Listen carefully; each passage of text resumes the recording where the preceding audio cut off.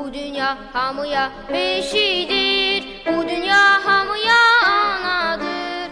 Uşaqlar dünyanın sabahı, uşaqlar sabaha can atır. Arzular gül açıp güləsin, torpaqlar sevinsin həmişə. Güneşə dil açıp diləsin, uşaqlar sevinsin həmişə. Sülh olsun, yeryüzü gül olsun, uşaqlar böyüsün firavan. Güneşin nuruyla yuyulsun, bu yerler, bu göyler, bu cahan. Arzular gül açıp güləsin, torpaqlar sevinsin həmişə. Güneşə dil açıp diləsin, uşaqlar sevinsin həmişə. Böyüklər bəsinə sorursun, cavabı sualı uşaqlar. Beləcə böyüyüb boyasın, atalı analı uşaqlar.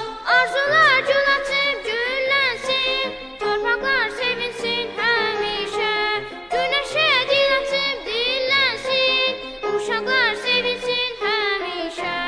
Arzular gül açıp güləsin, torpaqlar sevinsin həmişə. Güneşə dil açıp güləsin, uşaqlar sevinsin həmişə. Bu dünya hamıya beşidir, bu dünya hamıya anadır. Uşaqlar dünyanın sabahı, uşaqlar sabaha can atır. Arzular gül açıp güləsin, torpaqlar sevinsin həmişə. Güneşə dil açıp diləsin, uşaqlar sevinsin həmişə. Sülh olsun, yeryüzü gül olsun, uşaqlar böyüsün firavan. Güneşin nuruyla yuyulsun,